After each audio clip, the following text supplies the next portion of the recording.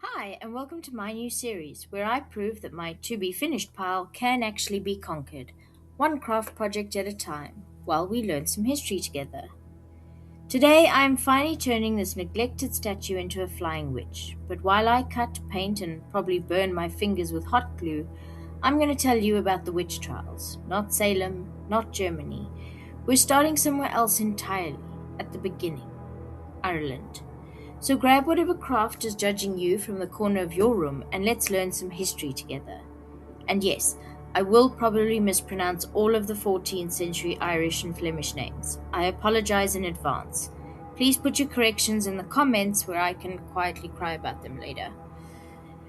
We're going all the way back to the year 1324, the first recorded European witch trial, and it all happens in a small city called Kilkenny, Ireland.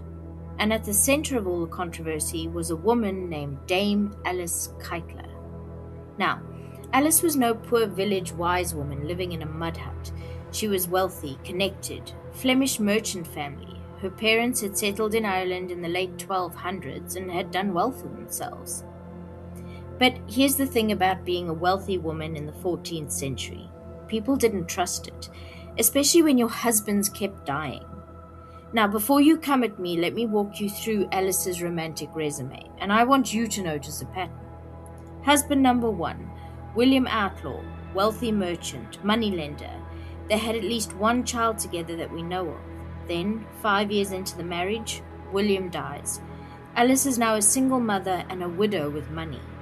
Unfortunately, in the 14th century, as a woman, you needed to be married, so enter husband number two, a man named Adam Blund of Callan, also a moneylender. They get married around 1302. They have a feud with another kinsman over money and win. There's a whole story about how the king himself was involved, which we can delve into in another time, but then Adam dies. Now on to husband number three, Richard de Val, wealthy landholder. They marry by 1309, and this one is important. When Richard dies in 1316, Alice sues her own stepson to get her widow's dower. She wins, but that stepson, he never forgot it, and he never forgave her. Especially when husband number four entered the picture, John Le Poer, married until 1324. From what I can find, he actually survived his wife. Now look, we don't know for certain how these men died, but the community started whispering because here was a woman in her fourth marriage, richer every time with a string of dead husbands behind her. You've also got to remember Alice was involved in money lending through those husbands. Nobody liked money lenders. She was a rich, powerful woman in a patriarchal world where women weren't supposed to outlive their husbands and keep the money. So when her stepson, Richard de Val, the one she sued, finally had had enough, he didn't just complain. He went to the one man who could turn gossip into a death sentence. And that man was Richard Le Dread, the Bishop of Ossory. He was single minded, obsessive, the kind of man who saw heresy behind every bush. He was determined to defend the liberties of the church. And when Alice's stepson brought his complaint in 1324, Bishop Le Dread didn't just see a family feud over inheritance, he saw a satanic conspiracy. And this is where the charges get genuinely bizarre. The official accusations against Alice Keitler included denying the power of Christ in the church, holding coven meetings at night in the church without permission, and summoning demons to commune, making dark powders and ointments with ingredients such as worms, chicken innards, a human skull, and I am not kidding, body parts of unbaptized children. And all of this was to help her gain wealth and get rid of her husbands. Now here's the legal kicker. Ireland in 1324 had no formal witchcraft statute. You couldn't be arrested for being a witch because that law didn't exist yet. So instead, the church prosecuted Alice for heresy. And heresy was a crime. The papal decree Super Ilias Specula allowed inquisitorial procedures on the matter. And that basically means that you were guilty until proven innocent, and proven innocent rarely happened. So what did Alice Keitler do? What any wealthy, connected woman would do. She fled.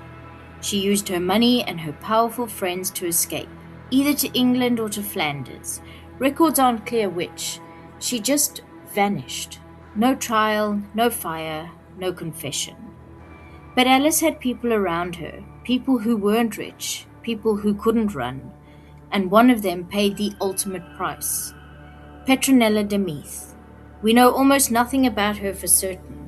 Some records say she was Alice's handmaiden, others say a fellow Flemish woman. We don't even know for sure how they met. What we do know is that when Bishop Ledred couldn't get Alice, he went after Petronella. She was arrested, imprisoned, and then she was examined under the inquisitorial procedure.